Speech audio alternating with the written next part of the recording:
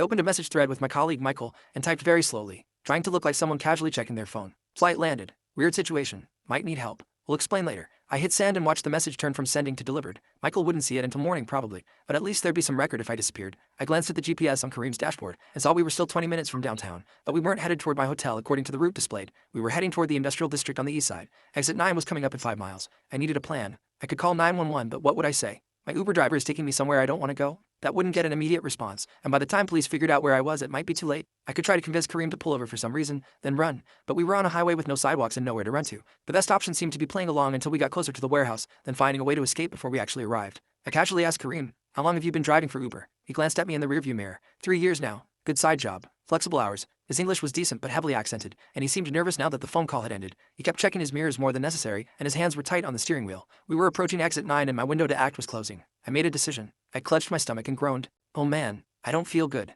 I think something I ate on the plane is not sitting right. Kareem looked over at me with concern. You okay? I don't know. My stomach is really hurting. Is there a gas station or somewhere you could pull over for a minute? He hesitated, and I could see him calculating whether this was genuine or a trick. We're almost to your hotel. Maybe 10 more minutes. You can wait? I groaned again, more dramatically this time. I really don't think I can wait. I might throw up in your car. That got him. No Uber driver wants vomit in their vehicle. He sighed and took the next exit, which wasn't exit 9 but exit 7. We pulled off the highway onto a commercial strip with a few gas stations and fast food restaurants, most of them closed at this hour. Kareem pulled into a 24-hour gas station and parked near the entrance. There's a bathroom inside. Be quick please. I have other rides waiting. I grabbed my carry-on from the back seat, which made him frown. You can leave bag. I watch it. No, that's okay. I've got my laptop in here. I'll just take it. I climbed out before he could argue and walked quickly toward the gas station entrance. My leg felt weak and my hands were still shaking, but I forced myself to move with purpose. Inside, the gas station was nearly empty except for a bored-looking clerk behind bulletproof glass. I walked past the bathroom toward the back of the store where there was a rear exit that led to the parking lot behind the building. I pushed through the door and found myself in a dark lot with a few employee cars. I could hear traffic from the highway nearby.